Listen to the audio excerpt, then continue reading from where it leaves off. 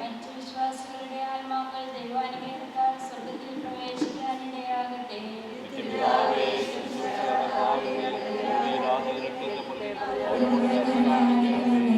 ജീവിതകാലത്ത് ഞങ്ങളുടെ ആരംഭവും മരണശേഷം ഞങ്ങളുടെ ആനന്ദവുമായ മിശിഹായെ, അങ്ങ് സ്വർഗത്തിലും ഭൂമിയിലും ആരാധ്യനാകുന്നു. രക്ഷാദായകമായ ഉത്ഥാനം വഴി മനുഷ്യവംശത്തെ ആനന്ദിപ്പിച്ച ലോകരക്ഷകനായ കർത്താവേ, അങ്ങയുടെ മഹത്വത്തിന്റെ പ്രഭയാൽ ഞങ്ങളുടെ പ്രിയപ്പെട്ട ലൂക്കാമയെ പ്രകാശിപ്പിക്കണമേ.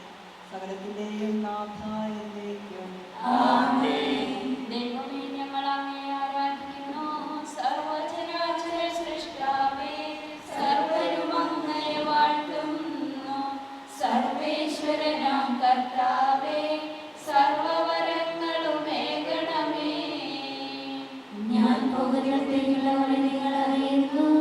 നിങ്ങൾക്കൊരുക്കമൊരുക്കാനായി പോകുന്നു ഞാൻ മുൻപിലില്ല. എങ്ങും വന്നിടുമല്ലോ ഞാൻ, ചേർത്തിടുമെന്നിൽ നിങ്ങളെയും. ജീവിതം നിഴൽ പോലെ കടന്നു പോകുന്നു. നശ്വരമാണ് ഈ ജീവിതവും ലോകസുഖങ്ങളും അതുപോലെ. അനശ്വര ജീവൻ നേടിടുവാൻ അധ്വാനിക്കുവിനെന്നും. മനുഷ്യനിലുണ്ടാകുന്നു മണ്ണിൽ നിന്നും സകലേശൻ മുലമുടുനരനെ സൃഷ്ടിച്ചു. മരണം വരുമൊരു നാളിലവൻ മണ്ണിൽ തന്നെ ലയിച്ചിടും. ആ ദിവസമോ മണിക്കൂറോ നിങ്ങൾ അറിയുന്നില്ല. മരണം ഒരു നാൾ വരുമല്ലോ, സമയം നമ്മൾക്കറിവില്ല. സൽക്കർമ്മങ്ങൾ ചെയ്തിടുവിൻ, നൽമരണത്തിനൊരുങ്ങിടുവിൻ.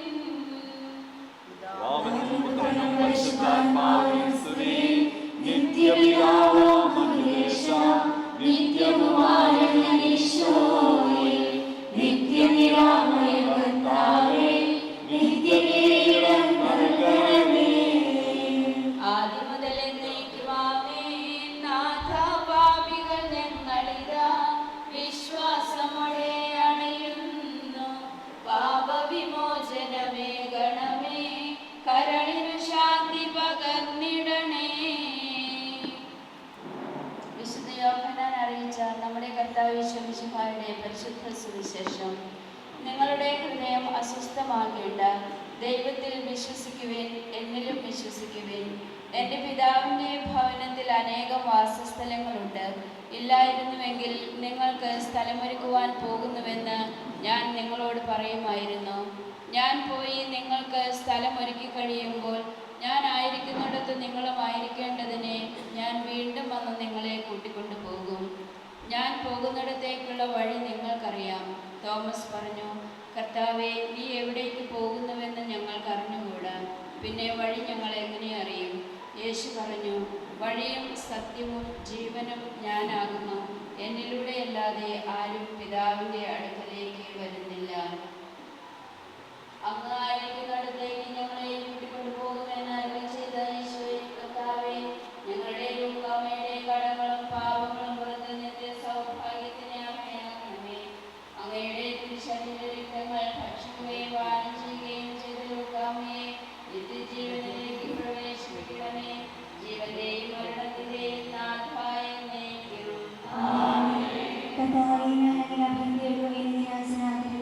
സ്വർഗത്തിലെ മാലാഖമാരുടെ പരിശുദ്ധ നീതിമാന്മാരോടുകൂടി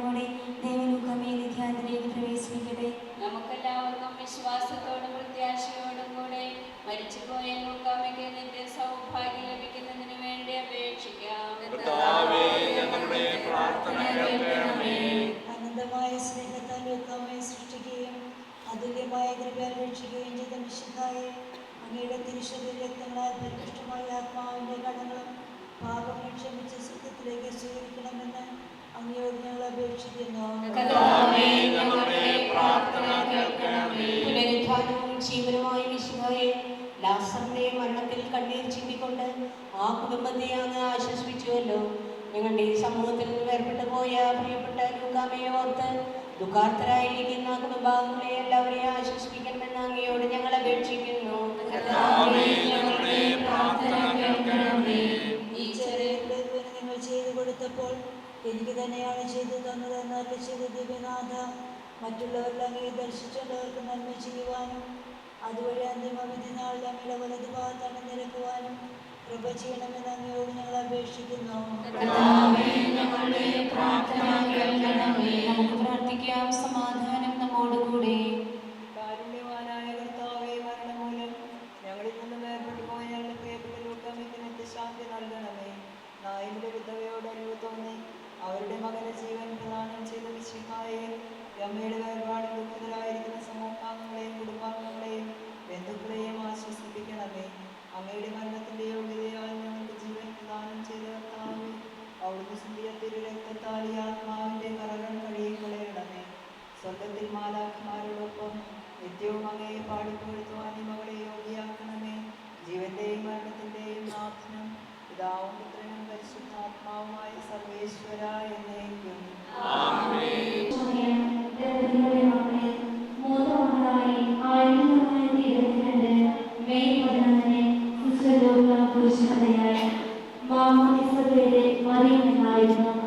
കുഞ്ഞുനാളിൽ തന്നെ കൃഷ്ണനോട് അനുഭവപ്പെടുവാൻ ലഭിച്ച അവസരങ്ങളെല്ലാം സ്നേഹത്തോടെ സ്വീകരിച്ച് ആ കൃഷ്ണന്റെ വിളിക്ക് വൃത്തിത്തരമേകിക്കൊണ്ട് 1946 സന്യാസത്തിൽ പ്രവേശിക്കുകയും 1951 തന്റെ ആദ്യവ്രതവും 1954 തന്റെ നിത്യവ്രതവും അനുഷ്ഠിച്ച ലൂക്കമ്മയ്ക്ക് 2001 തന്റെ സന്യാസ സമർപ്പണ ജീവിതത്തിന്റെ സുവർണ ചൂപിനെ ആഘോഷിക്കുവാനും നല്ല ദൈവമുള്ളവരെത്തി.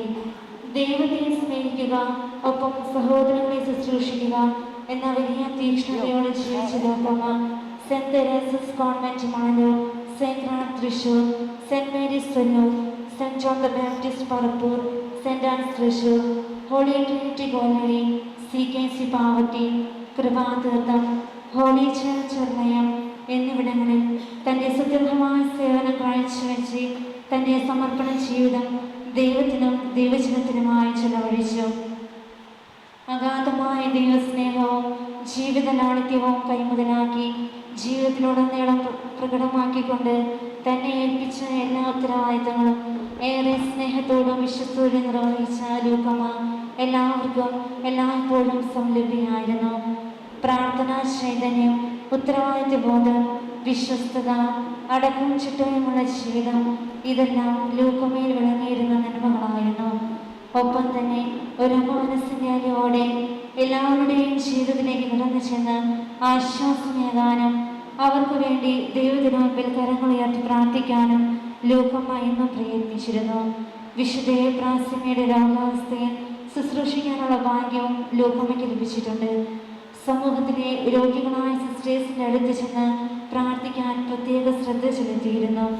ദീർഘകാലം നാഥനോട് ചേർന്ന് തനിക്ക് ദാനമായി ലഭിച്ച ജീവിതം തിരുസഭ മുഴുവനും CMC സന്യാസിനി സമൂഹത്തിനും സ്നേഹ ശുശ്രൂഷ ചെയ്തിരുന്ന ലൂക്കമ്മ പ്രായത്തിൻ്റെയും രോഗത്തിൻ്റെയും ബുദ്ധിമുട്ടുകൾ മൂലം 2013 മരീന ഹോമടത്തിൽ തൻ്റെ വിശ്രമ ജീവിതം കാഴ്ചവെക്കുവാനായി എത്തിച്ചേരുകയും ചെയ്തു. പരാതിയും പരിഭവവുമില്ലാതെ പ്രാർത്ഥനയിലും ത്യാഗപ്രവൃത്തികളിലും തൻ്റെ സമയം ചെലവഴിച്ച ലൂക്കമ്മയുടെ വാക്കുകൾ ഈ സമയം നമുക്ക് ഓർക്കാം. എൻ്റെ സന്യാസ ജീവിതം എന്നും ആനന്ദകരമായിരുന്നു. സമർപ്പണ ജീവിതത്തിൻ്റെ മാധുര്യം ഓരോ നിമിഷവും അനുഭവിച്ചറിഞ്ഞ ലൂക്കമ്മയുടെ അധരങ്ങളിൽ അബോധാവസ്ഥയിലും യേശുനാമ സ്തുതികൾ തന്നെയായിരുന്നു. സമൂഹങ്ങളുടെ സാന്നിധ്യത്തിലും പ്രാർത്ഥനയിലും എത്രയും ശാന്തതയോടെ 29/5/2024 പുലർച്ചെ 5 മണിക്ക് നിത്യസമ്മാനത്തിനായി സിസ്റ്റർ ലൂക്ക യാത്രയായി. തിരുസഭയ്ക്കും CMC സന്യാസിനി സമൂഹത്തിനും കണ്ടുമുട്ടിയ ദൈവജനത്തിനും അമ്മയായി സഹോദരിയായി മാറിയ സിസ്റ്ററിനെ നന്ദിയും ആദരാഞ്ജലികളും നേടുന്നു. നമുക്ക് ഭക്തിയാദരവോടെ സിസ്റ്ററിന് വേണ്ടിയുള്ള വിശുദ്ധ കുർബാനയിലും തുടർന്നുള്ള മതസംസ്കാര കർമ്മത്തിലും പങ്കുചേരാം. വിശുദ്ധ കുർബാനയ്ക്കുള്ള സമയമായി സന്യാസിമാർക്കുള്ള മതസംസ്കാര കർമ്മത്തിന്റെ 3-ാം ഭാഗമാണ് ഇപ്പോൾ ആരംഭിക്കുന്നത്. ഭക്തിപൂർവ്വം ഈ തിരുകർമ്മങ്ങളിൽ പങ്കുകൊണ്ട് സിസ്റ്റർ ലോകയ്ക്ക് വേണ്ടി നമുക്ക് പ്രാർത്ഥിക്കാം.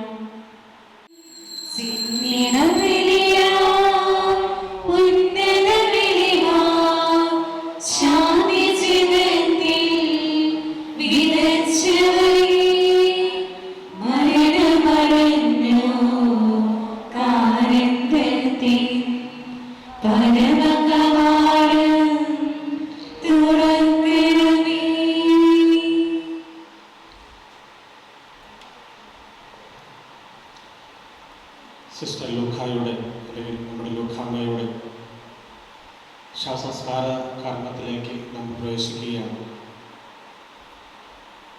സന്യസ്തർക്കുള്ള മരിച്ചവരുടെ തിരുക്കർമ്മത്തിൻ്റെ 3-ാം ഭാഗത്തോടു കൂടിയിട്ടാണ് നാം ഇന്നത്തെ ഈ സമയത്തെ ബലി ആരംഭിക്കുക.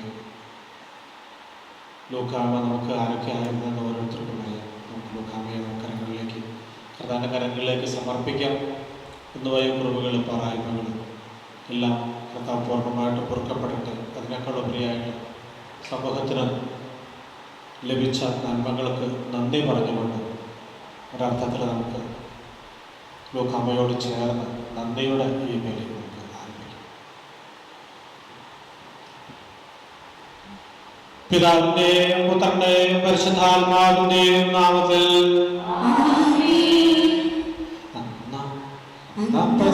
തിരുനാളിൽ കർത്താവരുடைய കൽപ്പന പോൽ തിരുനാമത്തിൽ ചേർന്നിടാൻ ഒരുമയോടെ ബലിയർപ്പിക്കാം.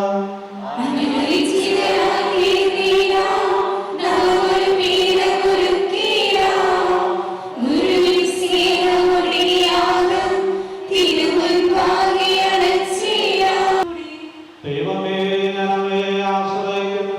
ഞാനൊരിക്കലും ഭക്താശനാവുകയില്ല.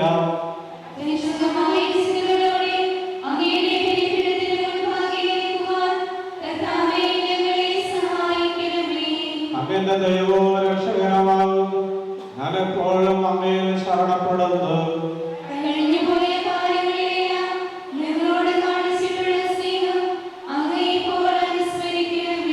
എന്റെ ചെറുപ്പകാലത്തെ പാപങ്ങൾ മറന്ന് കാരുണ്യപൂർവ്വം കടാക്ഷിക്കണമേ.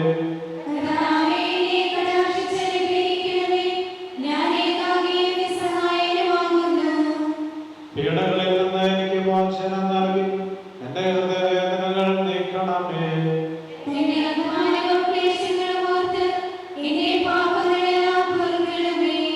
പിതാവിനും പുത്രനും പരിശുദ്ധാത്മാവിനും സ്തുതി.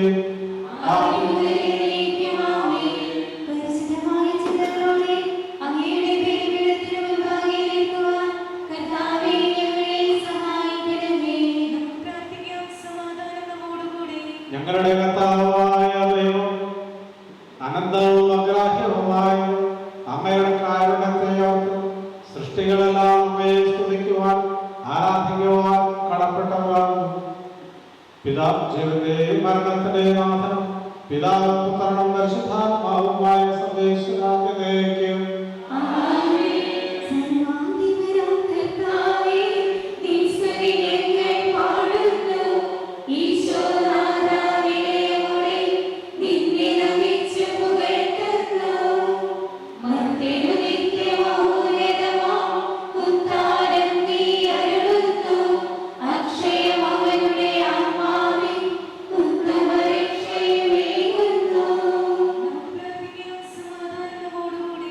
അനാദിയായ ദൈവം, ഉന്നതനായ രാജാവ്, അങ്ങ് ഞങ്ങളുടെ ശരീരങ്ങളെ ഉയർപ്പിക്കുന്നവനും ആത്മാക്കളെ രക്ഷിക്കുന്നവനുമാകുന്നു. അങ്ങയെ ഞങ്ങൾ ആരാധിക്കുകയും പുകഴ്ത്തുകയും ചെയ്യുന്നു. ജീവന്റെയും മരണത്തിന്റെയും നാഥൻ പിതാവും പുത്രനും പരിശുദ്ധാത്മാവുമായ സർവേശ്വരാജ്ഞേക്കും.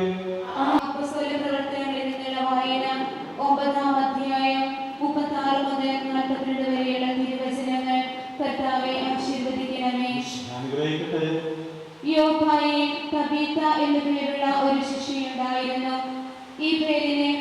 വാഴ്വേട എന്നാണ് അർത്ഥം. സൽകൃത്യങ്ങളിലും ദാനധർമ്മങ്ങളിലും അവൾ സമ്പന്നയായിരുന്നു.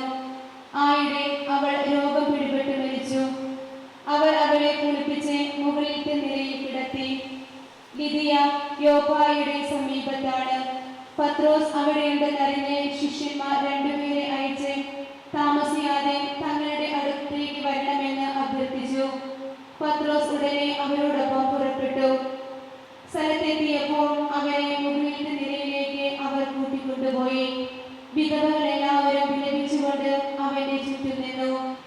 അവൾ ജീവിച്ചിരുന്നപ്പോൾ നിർമ്മിച്ച വസ്ത്രങ്ങളും മേലങ്കികളും അവർ അവനെ കാണിച്ചു. പത്രോസ് എല്ലാവരെയും പുറത്താക്കിയതിനു ശേഷം മുട്ടുകുത്തി പ്രാർത്ഥിച്ചു. പിന്നീട് മൃതശരീരത്തിന്റെ നേരെ തിരിഞ്ഞു പറഞ്ഞു, തബീത, എഴുന്നേൽക്കൂ. അവൾ കണ്ണു തുറന്നു. പത്രോസിനെ കണ്ടപ്പോൾ അവൾ എഴുന്നേറ്റിരുന്നു. അവൻ അവളെ കൈക്ക് പിടിച്ച് എഴുന്നേൽപ്പിച്ചു. പിന്നീട് വിശുദ്ധരെയും വിധവകളെയും വിളിച്ച് അവളെ ജീവിക്കുന്നവളായി അവരെ ഏൽപ്പിച്ചു. ഇത് യോപ്പ മുഴുവൻ പരസ്യമായി. വളരെ പേർ കർത്താവിൽ വിശ്വസിക്കുകയും ചെയ്തു. ഹല്ലേലൂയ പാടിയിടുന്നേ, ഹല്ലേലൂയ ഹല്ലേലൂയ. നമുക്ക് ശ്രദ്ധാപൂർവം നിന്ന് പരിശുദ്ധ സുവിശേഷം ശ്രവിക്കാം. സമാധാനം നിങ്ങളോട് കൂടെ. വിശുദ്ധ ലൂക്കാ അറിയിച്ച നമ്മുടെ കർത്താവ് ഈശോ മിശിഹായുടെ പരിശുദ്ധ സുവിശേഷം അധ്യായം 10:38 മുതൽ വാക്യങ്ങൾ. അവർ പോകുന്ന വഴി അവൻ ഒരു ഗ്രാമത്തിൽ പ്രവേശിച്ചു. മർത്ത എന്ന് പേരുള്ള ഒരുവൾ അവനെ സ്വഭവനത്തിൽ സ്വീകരിച്ചു. അവൾക്ക് മറിയം എന്ന് പേരായ ഒരു സഹോദരി ഉണ്ടായിരുന്നു. അവൾ കർത്താവിൻ്റെ വചനങ്ങൾ കേട്ടുകൊണ്ട് അവൻ്റെ പാദത്തിങ്കൽ ഇരുന്നു. മർത്തയാകട്ടെ പലവിധ ശുശ്രൂഷകളിൽ മുഴുകി വ്യഗ്രചിത്തയുമായിരുന്നു. അവൾ അവൻ്റെ അടുത്ത് ചെന്നു പറഞ്ഞു, കർത്താവേ, ശുശ്രൂഷയ്ക്കായി എൻ്റെ സഹോദരൻ എന്നെ തനിയെ വിട്ടിരിക്കുന്നത് നീ ശ്രദ്ധിക്കുന്നില്ലേ? എന്നെ സഹായിക്കാൻ അവളോട് പറയുക. കർത്താവ് അവളോട് പറഞ്ഞു, മർത്ത മർത്ത, നീ പലതിനെക്കുറിച്ചും ഉത്കണ്ഠാകുലയും അസ്വസ്ഥയുമായിരിക്കുന്നു. ഒന്ന് മാത്രമേ ആവശ്യമുള്ളൂ. മറിയം നല്ല ഭാഗം തിരഞ്ഞെടുത്തിരിക്കുന്നു, അത് അവളിൽ നിന്ന് എടുക്കപ്പെടുകയില്ല. നമ്മുടെ കർത്താവായ മിശിഹായ്ക്ക് സ്തുതി.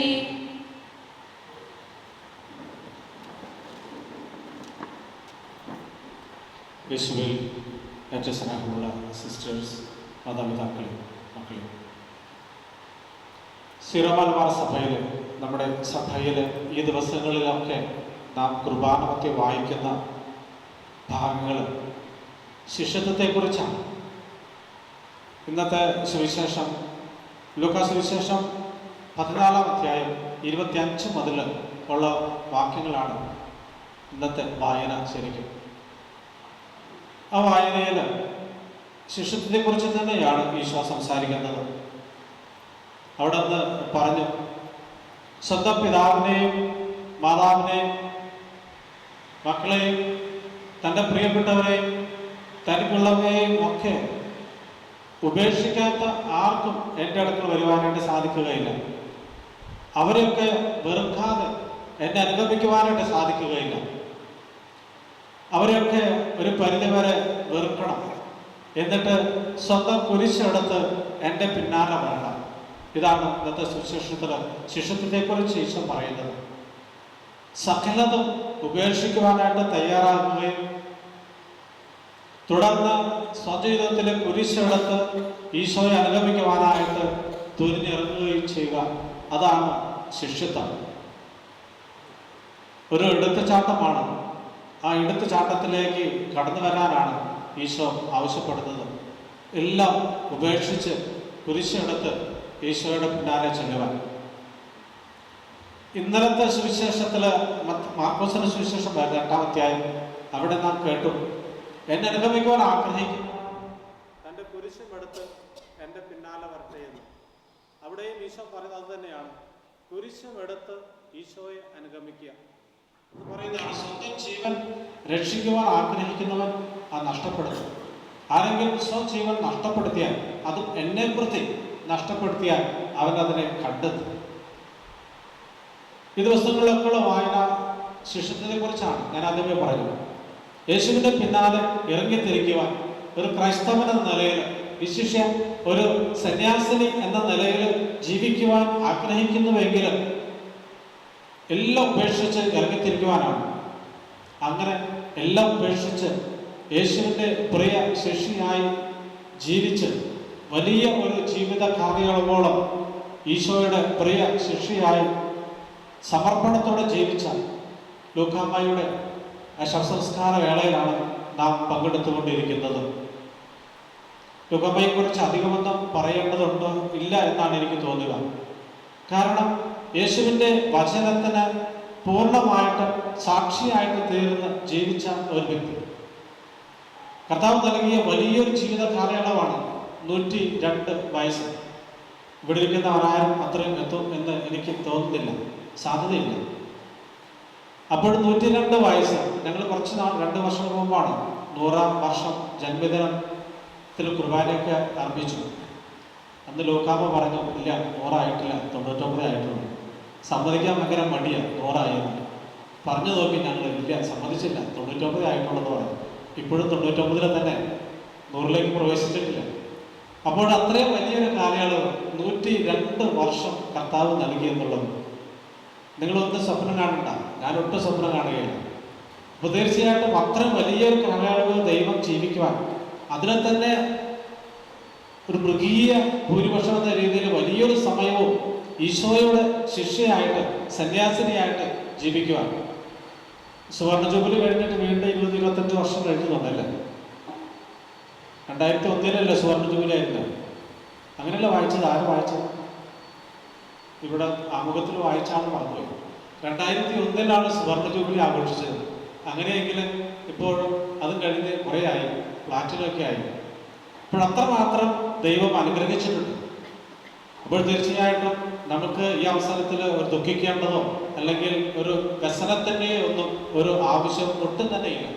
കാരണം സമൂഹവും കുടുംബവും CMC സന്യാസിനി സഭയും ഒക്കെ പ്രതീക്ഷിച്ചതിനേക്കാൾ വളരെ ദൂരെ യാത്ര ചെയ്ത് ജീവിച്ച ഒരു വ്യക്തിയാണ് ലൂക്കാമ്മ. തീർച്ചയായിട്ടും അതുകൊണ്ട് തന്നെ വലിയ സന്തോഷത്തിൻ്റെ നിമിഷങ്ങളൊക്കെ തന്നെയാണ്. ഇവിടെ വന്നിട്ട് ഏതാണ്ട് 11 വർഷത്തോളം ആയി എന്നാണ് ഞാൻ മനസ്സിലാക്കുന്നത്, മരീന ഹോമിലേക്ക് വന്നിട്ട്. ഈ 11 വർഷക്കാലത്തിൻ്റെ ഇടയ്ക്ക് തന്നെക്കാൾ ജൂനിയേഴ്സായ എത്രയോ പേരുടെ മരണവും അടക്കവും ഒക്കെ കണ്ടിട്ടാണ് ലൂക്കാമ്മ ഇത്രയും കാലം ജീവിച്ചത്. ഒത്തിരിയേറെ പേര് തന്നെക്കാൾ വളരെ പ്രായം കുറഞ്ഞവർ കടന്നുപോയിട്ടുണ്ട്. അങ്ങനെ ഓരോ സമയത്തും എനിക്ക് തോന്നുന്നത് ലൂക്കാമ്മ മനസ്സുകൊണ്ട് ചിന്തിച്ച് കാണും, ഒരു പക്ഷേ അടുത്തത് ഞാനാണ്. സമ്മതിച്ചില്ലെങ്കിലും മനസ്സിൽ അങ്ങനെയൊക്കെ തോന്നിക്കാണും. അതുകൊണ്ട് തന്നെ നന്നായിട്ട് ഒരുങ്ങിക്കാണും. തീർച്ചയായിട്ടും പ്രത്യേകിച്ച് 100 വർഷമൊക്കെ ആഘോഷിച്ചതിന് ശേഷം മരണത്തെക്കുറിച്ചുള്ള ചിന്ത ഉണ്ടായിരിക്കും. നന്നായിട്ട് ഒരുങ്ങിക്കാണും. തീർച്ചയായിട്ടും ആരും സംശയം കാര്യത്തിലില്ല. ഇപ്പോഴും നന്നായിട്ട് ഒരുങ്ങി തന്നെയാണ് ഈ അടുത്ത കാലഘട്ടങ്ങളിലൊക്കെ ലൂക്കാമ്മ ജീവിച്ചിരുന്നത്. മരണത്തിന് വേണ്ടിയിട്ട് ജീവിച്ചിരുന്നെന്ന് മനസ്സിലാക്കാൻ സാധിക്കും. ക്രൈസ്തവ കാഴ്ചപ്പാടിൽ മരണം സ്വർഗത്തിലേക്കുള്ള ഒരു വാതിലാണ്. അങ്ങനെയെങ്കിൽ വളരെ വൈകിയാണ് ലൂക്കാമ്മയ്ക്ക് ആ വാതിൽ തുറന്നു കിട്ടിയത്. 102 കഴിഞ്ഞപ്പോൾ നമുക്കിപ്പോൾ നേരത്തെ തുറന്നു കിട്ടും. അപ്പോൾ അങ്ങനെ വളരെ വൈകി തുറന്നു കിട്ടിയാലും ഞാൻ പറഞ്ഞു വരുന്ന 102 വർഷക്കാലം മനോഹരമായിട്ട് ജീവിച്ചു. ഞാൻ നമ്മുടെ മദറിനോട് ചോദിച്ചു, ഞാൻ എന്താ ലൂക്കാമ്മയെ കുറിച്ച് പറയേണ്ടത്? 1-2 കാര്യങ്ങൾ മാത്രം പറയുന്നുള്ളൂ എന്ന് പറഞ്ഞു. മദർ പറഞ്ഞു, അത്രയൊക്കെ പറഞ്ഞാൽ മതി, 2-3 കാര്യങ്ങളൊക്കെ പറഞ്ഞാൽ മതി. ഞാൻ പറഞ്ഞു, അപ്പം ഞാൻ കുറേ നുണയെ കൂട്ടിച്ചേർത്ത് കുറച്ച് കാര്യങ്ങളൊക്കെ പറയാമല്ലേ, അത് വിപുലീകരിച്ച് തള്ളുക എന്നൊക്കെ പറയുന്നത് പോലെ. അപ്പോൾ മദർ പറഞ്ഞു, അത് പറയണ്ട, കാരണം ഉള്ളത് നല്ല ഗുണങ്ങൾ മാത്രമേ ഉള്ളൂ എന്ന്.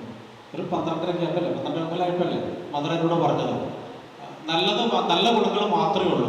അപ്പോൾ തീർച്ചയായിട്ടും മറ്റ് പൊങ്ങച്ചം പറയുവാൻ ഇല്ലാത്ത ഗുണങ്ങളുണ്ട് എന്ന് പറയണ്ട എന്നാണ് മദർ കൃത്യമായിട്ട് പറഞ്ഞത്. അച്ഛൻ പറയാൻ പോണതൊക്കെ ഉള്ള ഗുണങ്ങളാണ്, നല്ല ഗുണങ്ങൾ മാത്രമേ ഉള്ളൂ എന്ന് മദർ അത് പറഞ്ഞു.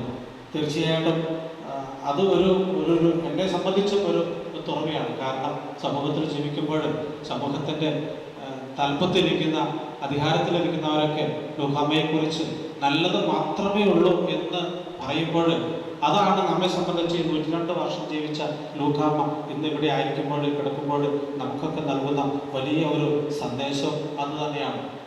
നല്ല ഒരു അമ്മയായിട്ട്, നല്ല ഒരു സിസ്റ്ററായിട്ട് ജീവിക്കുവാനുള്ള ഒരു വിളി. തീർച്ചയായിട്ടും ഞാൻ മനസ്സിലാക്കും, വലിയ വലിയ സ്ഥാനങ്ങളിലൊന്നും ഇരുന്നിട്ടില്ല എങ്കിൽ പോലും യാതൊരു പരാതിയും പരിഭവവും കൂടാതെ വളരെ മനോഹരമായിട്ട്, തീർച്ചയായിട്ടും അങ്ങനെയുള്ളവർക്ക് ഇത്രയും ശാന്തമായി സന്തോഷമായിട്ട് ഇത്രയും കാലം ജീവിക്കാൻ സാധിക്കുകയുള്ളൂ. പരിഭവവും കുശുമ്പും ഒക്കെ മനസ്സിലുള്ളവർ പെട്ടെന്ന് ഹാർട്ട് അറ്റാക്ക് വന്ന് നേരത്തെ പോകും. അപ്പം സിസ്റ്ററിൻ്റെ ഉള്ളിലൊന്നുമില്ല, ഒരു തരത്തിലുള്ള പരിഭവവും പരാതിയും ഒന്നുമില്ല. തൃപ്തികരമായൊരു ജീവിതം, അതാണ് ലൂക്കാമ്മയിൽ കാണുന്നത് ഞാൻ മനസ്സിലാക്കുന്നത്. കാരണം കുർബാനയ്ക്ക് വരുമ്പോൾ വളരെ ശാന്തമായി, ഇടയ്ക്ക് വല്ലപ്പോഴൊക്കെ കുർബാന തുടങ്ങി പൗതികം എഴുന്നേറ്റ് പോകും, പെട്ടെന്ന് വരും. അത് ഇരിക്കാൻ പറ്റാത്തതുകൊണ്ടൊക്കെയാണ് അവസാന സമയങ്ങളിലൊക്കെ പെട്ടെന്ന് മുറിയിലേക്ക് പോയി ഒന്ന് ചുറ്റിയടിച്ച് വീണ്ടും വരും. ഉള്ളിലൊന്നുമില്ല, അത്രമാത്രം ശുദ്ധമായിട്ട് ജീവിച്ച, അവസാന കാലഘട്ടം പ്രത്യേകിച്ച് തൃപ്തിയോടെ ജീവിച്ച, സിസ്റ്റേഴ്സ് പറയുക, ഒരു പരിഭവവും പരാതിയുമില്ലാതെ ജീവിച്ച വ്യക്തി. ഏൽപ്പിക്കുന്ന ജോലികളൊക്കെ എളിമയോടെ അത് ചെയ്യുവാനുള്ള ഒരു താല്പര്യം. അതുപോലെ തന്നെ സാധിക്കുന്ന സമയങ്ങളിലൊക്കെ ഇവിടെയുള്ള രോഗികളുടെ അടുത്തൊക്കെ ചെന്ന്, ലൂക്കാമ്മയ്ക്ക് ഒരിക്കലും രോഗിയാണെന്ന് തോന്നിയിട്ടില്ല. ഈ അവസാനത്തെ ഒരു 2-3 ആഴ്ചയാണ് ഞങ്ങൾ പതുക്കെ അടുത്ത മുറിയിലേക്ക് മാറ്റിയത്. അതുവരെ എല്ലായിടത്തും ചുറ്റുമിട്ട് നടക്കുകയാണ്. അപ്പോൾ ലൂക്കാമ്മ മറ്റു മുറികളിലൊക്കെ ചെന്ന് രോഗികളായിട്ടുള്ളവരുടെ അടുത്ത് നിന്ന് അവരോടൊപ്പം കൊന്ത ചൊല്ലി പ്രാർത്ഥിക്കുന്നു. വലിയൊരു വ്യക്തിത്വമാണ്. എബ്രാസ്യമ്മയുടെ കൂടെ താമസിക്കുവാൻ, ജീവിക്കുവാനുള്ള ഭാഗ്യം ലഭിച്ചു. അവസാന കാലഘട്ടങ്ങളിലൊക്കെ എബ്രാസ്യയെ സുഖമില്ലാത്ത അവസരത്തിൽ ശുശ്രൂഷിക്കുവാനായിട്ട് സാധിച്ചു. ഇത് വലിയൊരു പുണ്യമാണ്. തീർച്ചയായിട്ടും ഒരു പുണ്യവതിയെ ശുശ്രൂഷിക്കുവാൻ, കൂടെ താമസിക്കുവാൻ അതിനൊക്കെ ലൂക്കാമ്മയ്ക്ക് സാധിച്ചു എന്നുള്ളത് വലിയൊരു കാര്യമാണ്.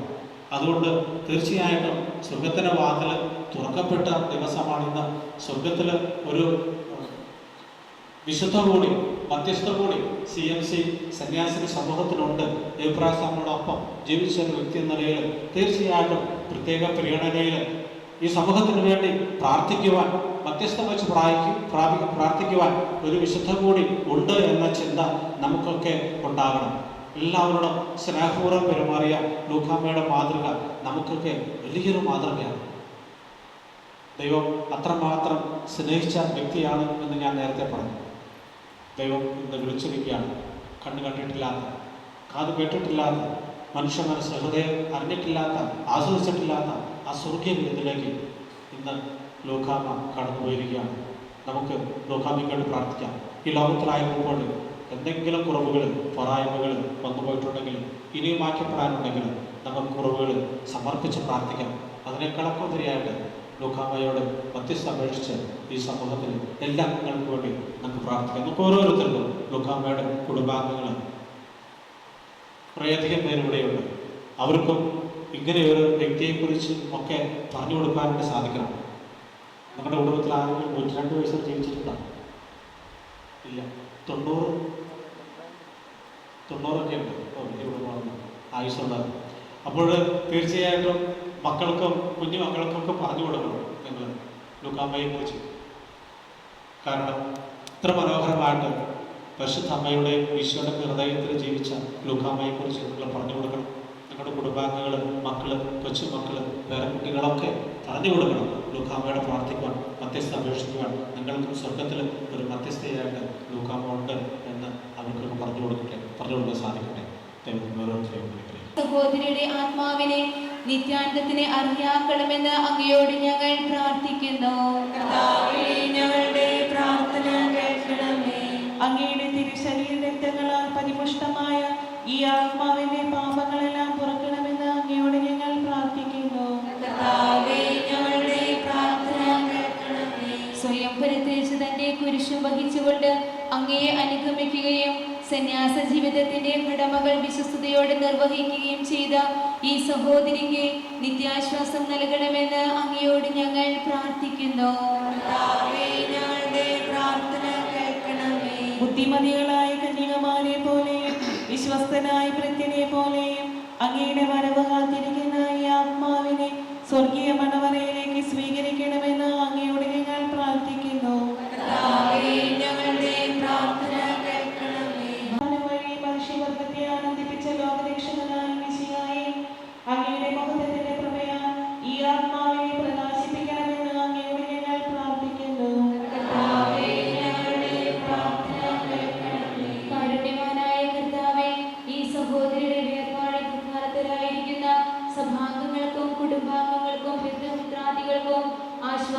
പ്രതീക്ഷയും പകർത്തുകൾ കൊടുക്കണമെന്ന് അങ്ങയോട് ഞങ്ങൾ പ്രാർത്ഥിക്കുന്നു.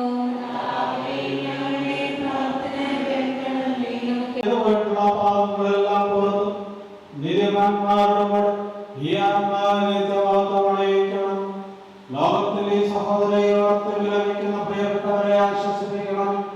കുരിശിന്റെ അടയാളത്തോടും ദൈവദൂതന്മാർക്കപ്പടിയോടും കൂടെ വാനമേഘങ്ങളിൽ അങ്ങ് പ്രത്യക്ഷനാകുമ്പോൾ കണ്ണ് കണ്ടിട്ടില്ലാത്തതും കാത് കേട്ടിട്ടില്ലാത്തതുമായ നിത്യാന്തത്തിലേക്ക് നിങ്ങളെല്ലാവരെയും ആഗ്രഹാക്കുകയും ചെയ്യണമേ. സകലത്തിന്റെ നാഥനായ ദൈവത്തിന്റെ കൃപാസമരത്തിൽ നമ്മുടെ അടങ്ങളെയും പാവങ്ങളെയും കളയട്ടെ.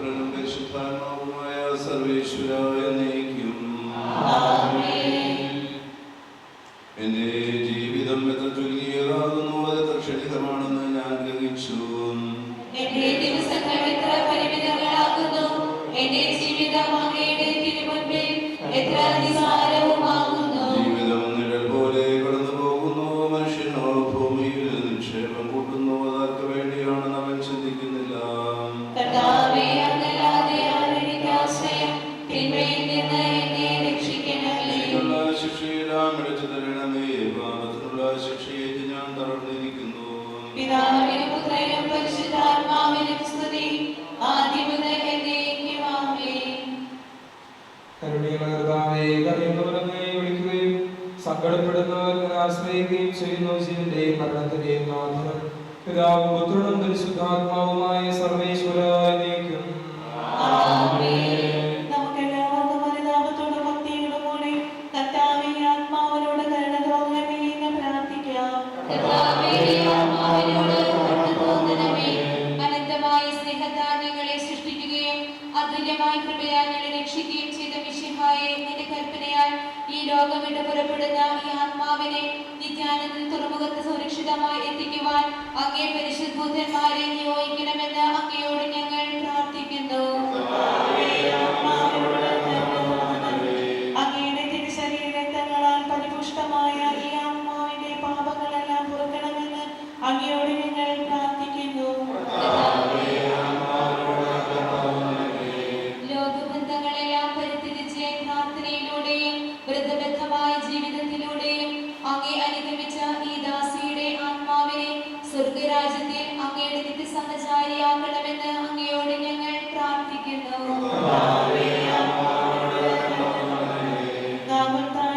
അമൂല്യമായ രക്തം ചിന്തി രക്ഷിച്ച ഈ ആത്മാവിന്റെ അപരാധങ്ങളും കളങ്ങളും ക്ഷമിക്കണമെന്ന് അങ്ങയോട് ഞങ്ങൾ പ്രാർത്ഥിക്കുന്നു. വിശുദ്ധ മാമോദീസായാൽ മുദ്രിതവും വിശുദ്ധ തൈലത്താൽ അഭിഷിക്തവും മറ്റു കൂദാശകളാൽ വിശുദ്ധീകൃതവുമായ ഈ ആത്മാവിനെ നിത്യാനന്ദത്തിന് അർഹയാക്കണമെന്ന് അങ്ങയോട് ഞങ്ങൾ പ്രാർത്ഥിക്കുന്നു. ഉത്തരവാദിത്തപൂർണമായ ദൗത്യങ്ങൾ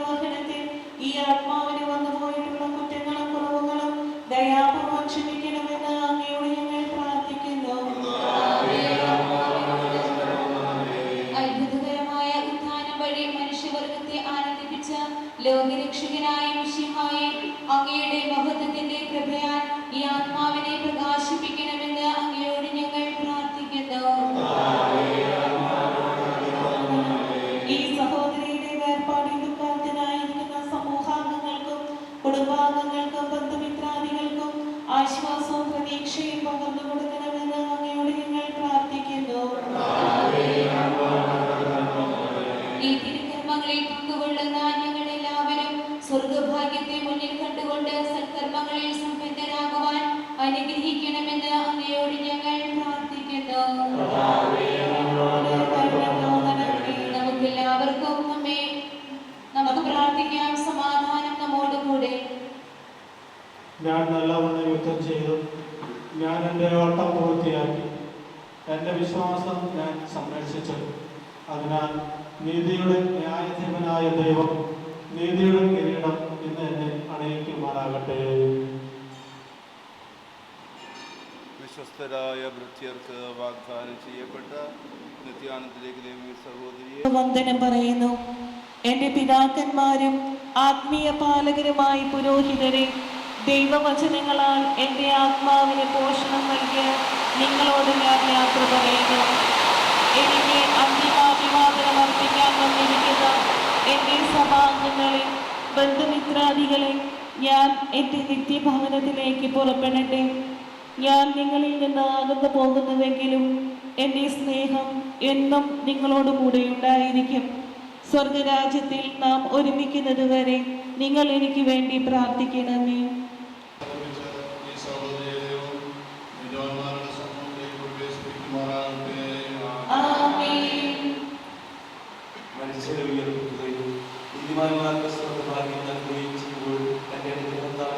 തന്റെ മാതാവിന്റെ പ്രാർത്ഥനയാൽ അവരുടെ സഹോദരിയെ തന്റെ വലതുഭാഗത്ത് ജീവന്റെ പുസ്തകത്തിൽ ദൈവം ഈ സഹോദരിയുടെ പേരെഴുതുകയും തിരഞ്ഞെടുക്കപ്പെട്ടവരുടെ ഗണത്തിൽ ആത്മാവിനെ ചേർക്കുകയും ചെയ്യുമാറാകട്ടെ.